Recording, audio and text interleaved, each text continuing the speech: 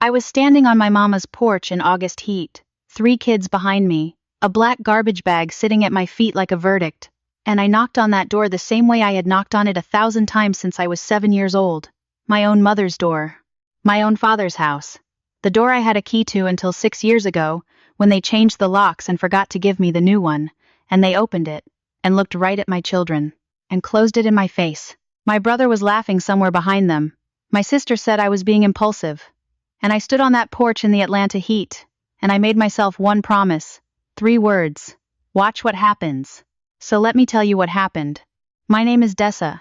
And 18 months ago I had what you would probably look at from the outside and call a reasonable life. Not an extraordinary life. Not the kind anyone photographs for inspiration, but reasonable. Steady. I had a 3-bedroom house in Decatur with a backyard that flooded every time it rained, and a kitchen I'd repainted twice trying to get the color right. I had a minivan that pulled left on the highway. I had 3 kids who were growing so fast it felt like I was always one size behind, always buying the next shoes before they'd outgrown the current ones. Mira was 8, cautious and precise, the kind of child who triple-checks her homework because she cannot stand the idea of being wrong. Jonah was 6, loud in every possible register, convinced the world was made specifically for his entertainment. And B was 3, small enough to still climb into my lap, still young enough to believe I had answers to questions I hadn't even thought of yet. And I had Marcus. We had been married for 11 years, long enough that I had forgotten the shape of my life before him, which is something no one warns you about. How a marriage can slowly become the whole architecture of who you are, so that when it starts to crack, you don't even feel it at first. You just keep spackling. You keep painting over it. You tell yourself the house is fine. The house is fine. The house is absolutely fine. Marcus was not a villain. I want to be honest about that, because this story doesn't need one to be true. He was charming and inconsistent and deeply committed to never being the one at fault for anything. He had a talent for making you feel, gently, and without raised voices, like whatever went wrong had something to do with a choice you made somewhere down the line. He was a project manager at a commercial real estate firm downtown. Good money, long hours, lots of travel. And somewhere inside all those trips to Charlotte and Dallas and Phoenix, he had found someone who didn't know yet what 11 years of marriage to him actually looked like. I found out the way women always seem to find out, not through confrontation, not through intuition, finally catching fire. Through a phone left unlocked on the bathroom counter while he was in the shower. 4 texts. That was all. 4 texts, and everything I had built over 11 years rearranged itself into something I didn't recognize. I stood in that bathroom holding his phone, and the shower was still running, and I could hear Mira helping Jonah with something in the hallway, and B was babbling to herself in her room, and the whole house just kept going, as if nothing had happened. As if my entire life hadn't just become a different shape. I'm not going to walk you through the weeks after that. Some pain is too specific to describe to people who weren't inside it with you. What I'll tell you is that we tried. Marcus said the things he always said when he needed to say the right things. He was very good at it. But something in me had moved. The way a door shifts after a flood, it still hangs in the frame, but it doesn't close right anymore. It never closes right again. By February, I had called a lawyer. What I did not see coming, what I genuinely, in my most naive and trusting self, did not anticipate was what would happen when I told my family. I come from a close family, or at least I had always believed that, which I'm starting to think is a different thing entirely. My parents, Ruth Ann and Clive, had been married for 38 years, church-going people, dinner-at-the-table people, the kind of parents who showed up for everything, every school play, every graduation, every uncomfortable family moment that needed managing. My brother Devin was 31, unmarried, renting a room in my parents' house while he figured out his next move, which had been his next move for approximately 4 years. My sister Priya was 26, newly married, absolutely convinced that 18 months of her own marriage had given her expertise in every marriage that had ever existed. I called my mother first. I told her what had happened. I told her what Marcus had done. I told her I had filed, that I didn't know yet exactly how the custody arrangement would shake out, that the house was tied up in everything and the lawyer said it could take months before anything was settled, and that I just needed a few weeks. A landing spot, the guest room, the pull-out in the basement, just enough space to breathe while I got the pieces sorted. There was a pause. The kind of pause that has an entire decision in it. Dessa, my mother said. You know, we don't really have the room right now. I want to stop here, because I need you to understand something about that sentence. My parents' house has 5 bedrooms. Devin was using one. My parents were using one. The other 3 were empty. There was a finished basement with a full bathroom, a television, and a couch that pulled out into a queen bed. I had slept on that couch at Christmas for a decade when the holidays ran long and everyone stayed over. There was room. There was more room than I was asking for. And my mother said they didn't have it. I kept my voice steady. I told her I had 3 kids. I told her I just needed a few weeks. She told me that divorce was a serious step, that Marcus was a provider, that these things happened in marriages, that maybe I needed to think more carefully before I made a decision I couldn't undo. As if I hadn't already done the thinking. As if I hadn't spent months in that house trying to find a way to make what was broken functional again. As if I hadn't already considered every angle and arrived, slowly and painfully, at the only conclusion that made sense. I drove over the next morning. I packed what I could fit in the minivan, got all 3 kids dressed, and I drove to my parents' house in the August heat. I had Mira in the back reading a book, Jonah asking questions about where we were going, Bea asleep in her car seat with her cheek pressed against the window. I pulled into that driveway and I felt something I hadn't expected to feel. Hope. Stupid, stubborn, persistent hope. Because these were my parents, and surely when they saw the kids, when it was real in front of them, they would do what parents do. My father answered the door. Clive is not a hard man. He never has been. But he stood in that doorway and his face did something I'd never seen it do before. Something rehearsed. Like he already knew what he was going to say. Like my mother and he had talked the night before, and he'd been given his lines. We spoke about this, he said. We don't think it's the right thing. You staying here. Dad. My voice came out smaller than I meant it to.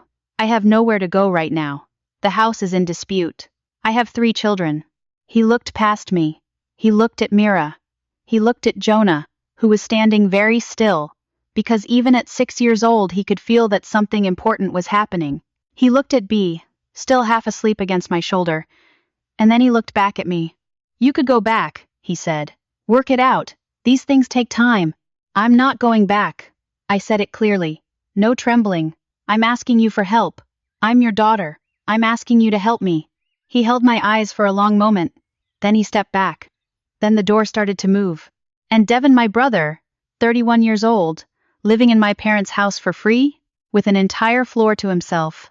Devin leaned around the door with a look on his face that I will not describe in detail because I've spent a long time choosing not to carry it. He said, There's genuinely no space, Des. You know how it is. The door closed. I did not cry. I want to be clear about that. The feeling was there, it was pressing against my throat like something physical, like a hand. But Mira had slipped her hand into mine without me asking, and Jonah was pressed against my left leg, and Bea had her arms around my neck because at 3 years old she could feel that something was wrong, even without the vocabulary for it. And I was not going to come apart in front of them. I was not going to be the thing that scared them. Okay, I said. Just that. Then the door opened again, and it was Priya.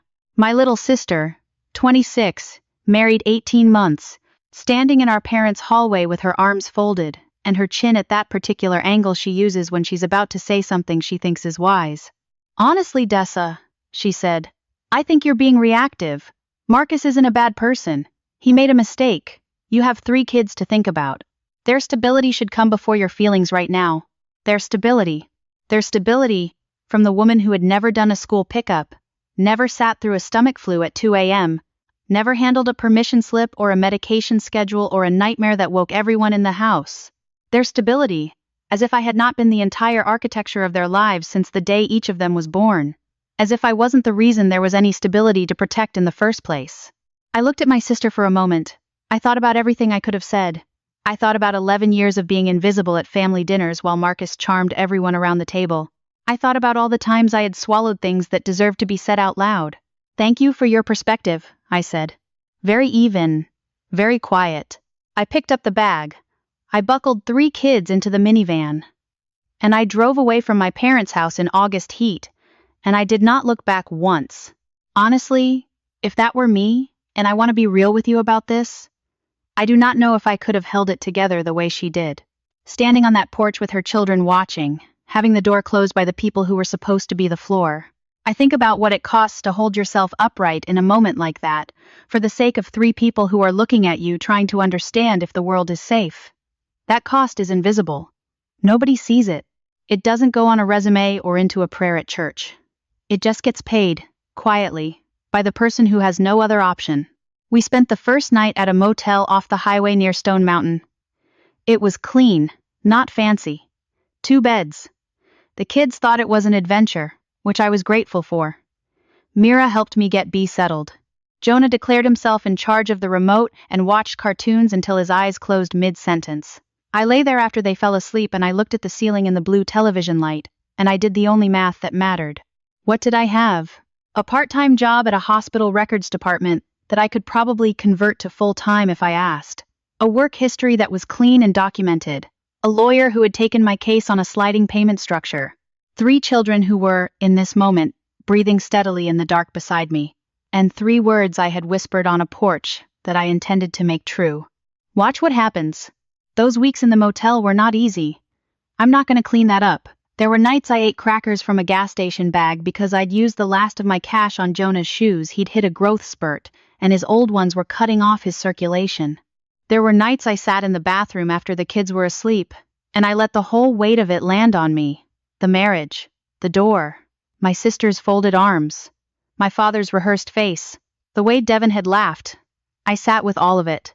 And then I washed my face, and I went back to being their mother, because that was the job, and the job wasn't optional.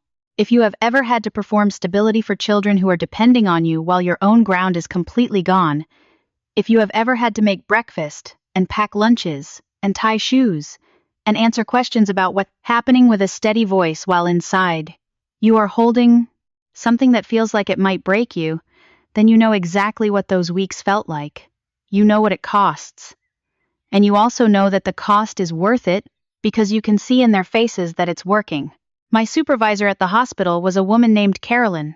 Sharp, no nonsense, the kind of person who notices things and doesn't pretend she hasn't.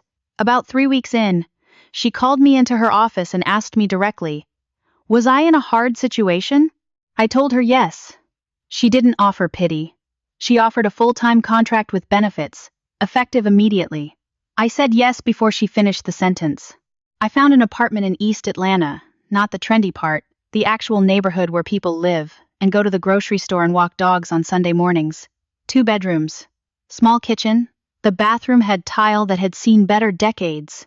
But it was ours. I hung curtains the first weekend. Jonah picked them out bright orange, aggressively cheerful, and I put them up and stood back and thought, yes, okay. This is the beginning. The divorce took 9 months. Marcus had a better lawyer at the start, and he used that leverage in a way that I found instructive about who he actually was. He pushed for a custody arrangement that assumed an involvement he had never actually demonstrated. Here is what he did not account for. 10 years of documentation. School records, medical records, daycare sign, in-logs, permission slips in my handwriting, teachers who knew my name and not his, pediatricians who had only ever met me. My attorney was thorough. The custody evaluation was not kind to his version of events. I received primary physical custody. He received every other weekend and 2 weeks in the summer. He also owed me 9 months of retroactive child support that his legal team spent considerable energy trying to minimize. They did not succeed. My family heard about the settlement through mutual connections. Our community in Decatur is not large, and information travels. My mother called me the first time she had called since the night I told her about the divorce. She said she was so relieved it had worked out. She said it as if she had been in my corner the whole time, as if she had been holding her breath and praying and waiting for this moment, rather than closing a door in August heat while my children stood behind me. Are you? I said. Dessa, you have to understand the position we were in. Mom! I let a breath out. I understood the position you were in very clearly. I was standing on your porch with a garbage bag. I wasn't being dramatic. I was asking for help. She went into the mode she uses when she feels cornered. The sighing, the gentle suggestion that I was being oversensitive, that families go through hard seasons, that what matters is what comes after. I let her finish. I didn't argue. When she was done, I told her I needed more time, and that I would be in touch when I was ready. I have not rushed that timeline. Priya reached out about 4 months after the settlement. She sent a long message paragraphs, several of them about how she had been doing a lot of reflection, how she hoped we could rebuild something, how some of the things she had said came out wrong, how she hoped I could understand where she had been coming from. I read it twice. I thought about the folded arms. I thought about their stability should come before your feelings. I wrote back something brief and not unkind. I told her I appreciated the message. I told her I needed more time. I told her I would reach out when I was ready. She has sent 4 more messages since then, each one a little more aware that she miscalculated something significant. I read them. I respond in my own time. Devon has not reached out.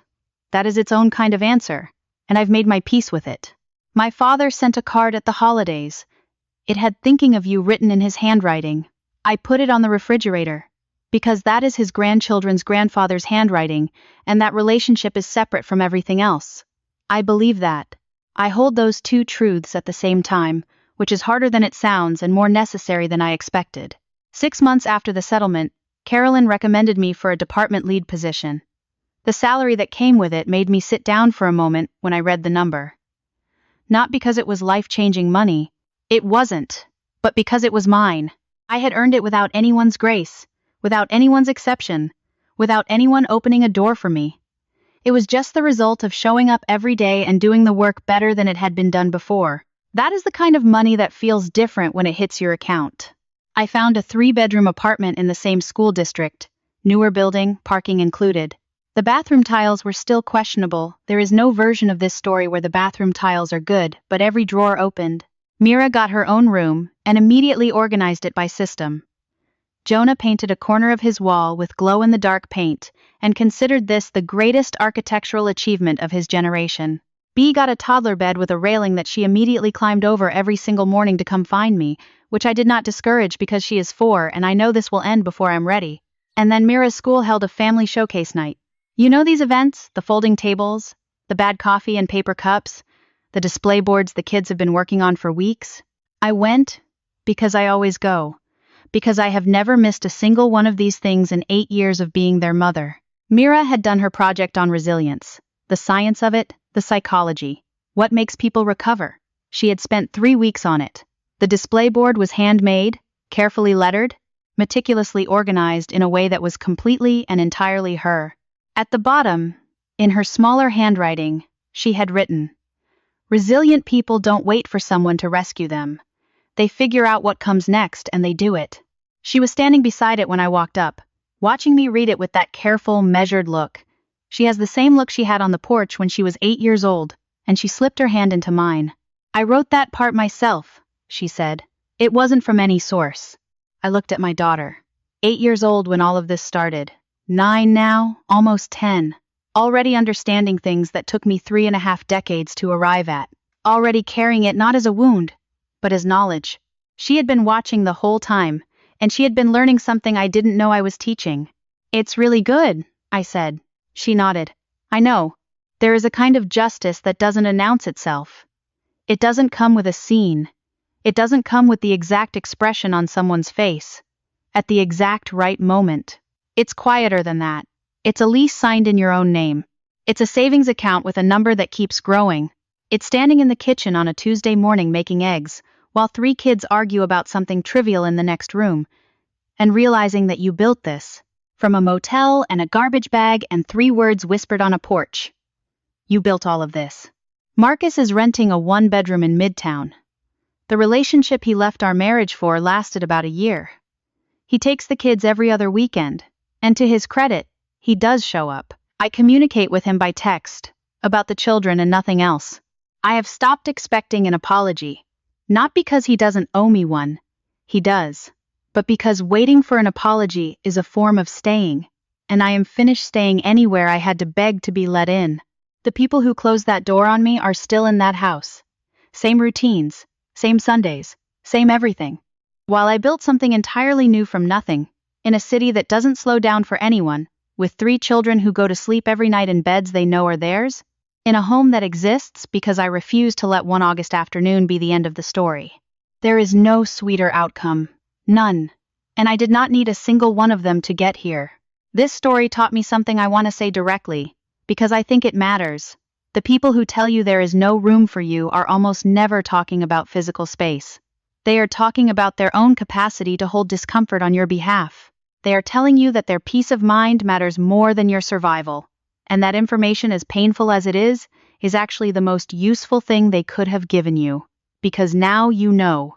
Now you know exactly what you are working with, and you can plan accordingly, and you can build accordingly, and you will never again mistake their comfort for your safety. If you are somewhere right now that is asking you to make yourself smaller so that other people don't have to feel the inconvenience of your need, I want you to hear this. That is not love. That is management. And you deserve something that is actually love.